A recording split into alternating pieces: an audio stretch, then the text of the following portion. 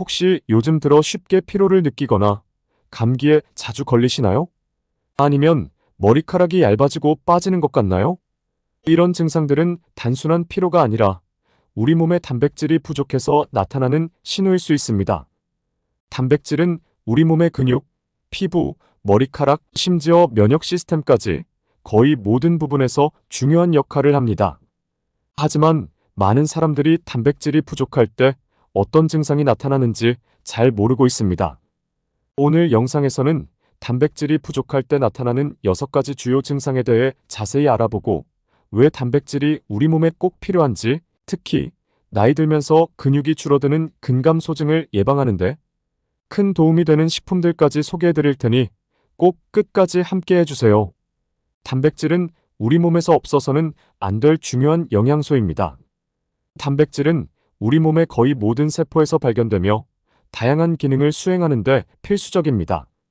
그렇다면 단백질이 구체적으로 어떤 역할을 하는지 한번 알아볼까요?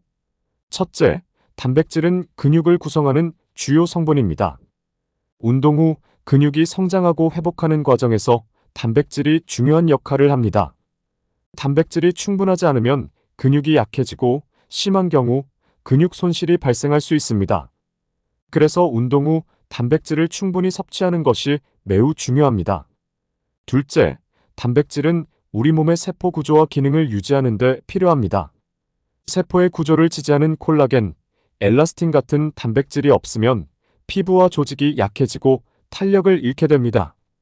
또한 효소와 호르몬도 단백질로 구성되어 있어 신체의 다양한 생화학적 반응을 조절하고 촉진합니다. 셋째, 단백질은 면역 시스템의 핵심 요소입니다. 우리 몸은 병원체와 싸우기 위해 항체라는 단백질을 생성합니다. 항체는 바이러스나 박테리아와 결합해 이를 무력화시키고 몸 밖으로 배출하는 데 도움을 줍니다. 따라서 단백질이 부족하면 면역력이 약해져 감염병에 걸리기 쉽습니다. 넷째, 단백질은 산소 운반과 영양소 전달에 중요한 역할을 합니다. 헤모글로빈이라는 단백질은 혈액 속에서 산소를 운반하며 우리 몸 구석구석에 산소를 공급합니다. 이처럼 단백질은 생명 유지에 필수적인 역할을 합니다. 결론적으로 단백질은 근육 생성, 세포 기능 유지, 면역력 강화, 산소 및 영양소 운반 등 우리 몸의 다양한 기능에 필수적입니다. 단백질이 부족하면 이러한 모든 기능이 원활하게 작동하지 않기 때문에 매일 적절한 양의 단백질을 섭취하는 것이 매우 중요합니다. 단백질이 얼마나 중요한지 알게 되었으니 이제 단백질이 부족해지는 원인에 대해 알아보겠습니다. 단백질 부족은 다양한 원인에 의해 발생할 수 있으며 그중 일부는 우리가 일상생활에서 쉽게 간과할 수 있는 것들입니다. 첫째, 불균형한 식단입니다. 현대인의 식습관은 종종 편리한 패스트푸드나 가공식품에 의존하는 경우가 많습니다. 이러한 식품들은 단백질 함량이 낮고 탄수화물과 지방이 많이 포함되어 있어 단백질 섭취가 충분하지 않을 수 있습니다. 특히 채식주의자나 비건 식단을 따르는 경우 단백질이 풍부한 식물을 충분히 섭취하지 않으면 단백질 부족이 발생할 수 있습니다. 둘째, 소화와 흡수 문제입니다. 우리 몸이 단백질을 충분히 섭취하더라도 소화기관에서 제대로 흡수되지 않으면 단백질 부족이 발생할 수 있습니다. 소화기 질환이나 흡수장애를 가진 사람들은 단백질을 제대로 소화하거나 흡수하지 못할 수 있습니다. 예를 들어 크론병, 셀리악병, 췌장 기능 저하 등의 질환은 단백질 흡수에 문제를 일으킬 수 있습니다. 셋째, 특정 질병이나 상태로 인한 단백질 손실입니다.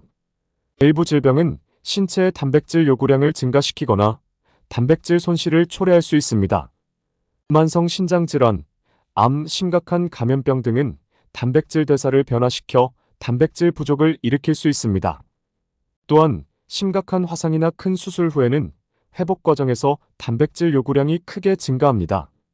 넷째, 나이와 관련된 변화입니다. 나이가 들면서 신체의 단백질 합성 능력이 감소하고 근육량이 줄어드는 경향이 있습니다. 이는 단백질 섭취가 충분하지 않을 경우 근감소증으로 이어질 수 있습니다. 특히 노인들은 단백질 섭취에 더욱 신경 써야 합니다. 다섯째, 스트레스와 생활 습관입니다. 만성 스트레스는 신체의 단백질 요구량을 증가시킬 수 있습니다. 또한 불규칙한 식사 습관이나 과도한 다이어트는 단백질 섭취를 줄이는 원인이 될 수 있습니다. 이렇듯 단백질 부족은 다양한 원인에 의해 발생할 수 있습니다. 이를 예방하려면 균형 잡힌 식단을 유지하고 단백질 흡수를 방해하는 건강 문제를 관리하는 것이 중요합니다. 단백질이 부족하면 우리 몸은 다양한 신호를 보냅니다. 이 신호들을 무시하면 건강에 큰 문제가 생길 수 있습니다. 지금부터 단백질 부족 시 나타나는 6가지 주요 증상에 대해 알아보겠습니다. 첫째, 근육 감소와 약화입니다. 단백질은 근육을 구성하는 주요 성분입니다. 단백질이 부족하면 근육이 점차 감소하고 일상적인 활동에서도 힘이 빠지는 느낌을 받을 수 있습니다. 운동 능력이 떨어지고 근육 회복이 더디게 진행됩니다. 둘째, 면역력 저하입니다. 단백질은 우리 몸의 면역세포 항체를 만드는데 필수적입니다. 단백질이 부족하면 면역력이 약해져 자주 감기에 걸리거나 작은 상처도 쉽게 염증이 생길 수 있습니다. 또한 회복 시간도 길어집니다. 셋째, 피부, 머리카락, 손톱의 변화입니다. 단백질이 부족하면 피부가 건조해지고 탄력을 잃게 됩니다. 머리카락은 얇아지고 쉽게 빠지며 손톱은 부서지기 쉽고 성장 속도가 느려집니다. 넷째, 식욕 감소와 체중 감소입니다.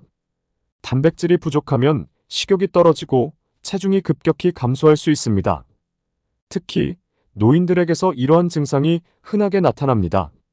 적절한 영양 섭취가 어려워지면서 체력과 활력이 줄어듭니다. 다섯째, 피로와 무기력입니다. 단백질이 부족하면 에너지 수준이 떨어져 쉽게 피로를 느끼고 무기력해질 수 있습니다. 일상생활에서 활력을 찾기 어려워지고 집중력과 생산성도 감소합니다. 여섯째, 부종입니다. 단백질은 체내 수분 균형을 유지하는 데 중요한 역할을 합니다. 단백질이 부족하면 체내 수분 균형이 깨져 손발이나 얼굴이 붓는 부종 현상이 나타날 수 있습니다. 특히 단백질이 부족한 상태가 오래 지속되면 이러한 증상이 더욱 심해집니다. 이러한 증상들을 경험하고 있다면 단백질 섭취를 늘리는 것이 중요합니다. 단백질 섭취만큼 중요한 것이 바로 단백질 흡수입니다. 단백질을 충분히 섭취하더라도 몸에서 제대로 흡수하지 못하면 효과를 볼 수 없습니다. 그렇다면 단백질 흡수가 왜 중요한지, 그리고 어떻게 하면 단백질 흡수를 최적화할 수 있는지 알아보겠습니다. 단백질이 우리 몸에 들어오면 소화기관에서 분해되고 흡수됩니다. 소화는 입에서 시작하여 위와 소장을 거치며 진행됩니다. 위에서는 단백질이 펩신이라는 효소에 의해 작은 펩타이드로 분해되고, 소장에서는 트립신, 키모트립신 등의 효소에 의해 아미노산으로 분해됩니다. 이 아미노산들이 소장벽을 통해 흡수되어 혈류를 타고 전신으로 전달됩니다.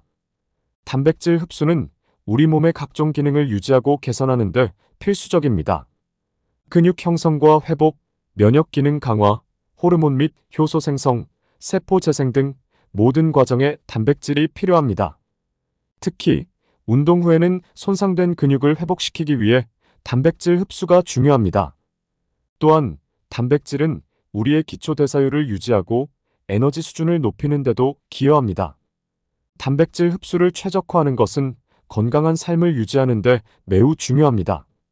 제대로 흡수된 단백질은 우리 몸을 강하게 하고 질병으로부터 보호해주며 활기찬 생활을 가능하게 합니다. 마지막으로 근감소증에 대해 이야기해 드리겠습니다. 근감소증은 나이가 들면서 근육량이 줄어드는 현상을 말하는데, 이는 일상생활의 질을 크게 떨어뜨릴 수 있습니다. 근감소증을 예방하고 개선하기 위해서는 단백질이 풍부한 음식을 꾸준히 섭취하는 것이 매우 중요합니다. 오늘은 근감소증에 좋은 음식을 소개해 드리겠습니다. 첫째, 동물성 단백질입니다. 동물성 단백질은 높은 생물가를 가지고 있어 우리 몸이 쉽게 흡수할 수 있습니다. 닭고기, 소고기, 돼지고기 등의 살코기는 단백질 함량이 높고 필수 아미노산을 모두 포함하고 있어 근감소증 예방에 탁월합니다. 생선, 특히 연어, 참치 같은 생선은 단백질뿐만 아니라 오메가3 지방산도 풍부해 염증을 줄이고 근육 건강을 증진시킵니다.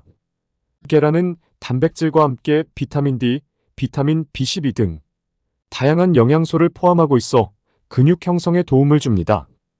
둘째, 식물성 단백질입니다. 식물성 단백질은 콜레스테롤이 없고 식이섬유가 풍부해 소화기 건강에도 좋습니다. 콩류가 좋은데 검은 콩, 병아리 콩, 렌틸 콩 등은 단백질과 함께 식이섬유, 철분이 풍부해 근감소증 예방에 좋습니다. 두부는 소화가 잘 되고 단백질 함량이 높아 다양한 요리에 활용할 수 있습니다. 셋째, 유청 단백질 및 단백질 보충제입니다. 운동 후 빠르게 단백질을 보충할 수 있는 좋은 방법입니다. 유청 단백질은 흡수 속도가 빨라 운동 후 근육 회복에 효과적입니다. 또한 소화가 잘 되어 위장이 약한 사람들에게도 좋습니다. 단백질 쉐이크는 간편하게 단백질을 섭취할 수 있는 방법으로 다양한 맛과 형태로 제공되어 누구나 쉽게 즐길 수 있습니다. 단백질 외에도 근감소증 예방에 도움을 주는 다양한 영양소가 있습니다. 비타민C, 비타민 E 등이 풍부한 채소와 과일은 항산화 작용을 통해 근육 손상을 줄이고 회복을 돕습니다. 견과류 아몬드, 호두 등은 단백질과 함께 건강한 지방을 제공하여 전반적인 건강을 지원합니다. 이렇듯 다양한 단백질과 영양소를 균형 있게 섭취하는 것이 근감소증 예방과 개선에 큰 도움이 됩니다. 마지막으로 많은 분들이 평소 궁금해하는 내용들에 대해서 정리해드리겠습니다. 하루에 얼마나 많은 단백질을 섭취해야 하나요? 일반적으로 성인의 경우 체중 1kg당 0.8g의 단백질이 필요합니다. 예를 들어 체중이 70kg인 사람이라면 하루에 약 56g의 단백질을 섭취하는 것이 권장됩니다. 하지만 근감소증 예방을 위해 운동을 많이 하는 사람이나 노인은 이보다 더 많은 단백질이 필요할 수 있습니다. 단백질 보충제를 매일 섭취해도 괜찮나요?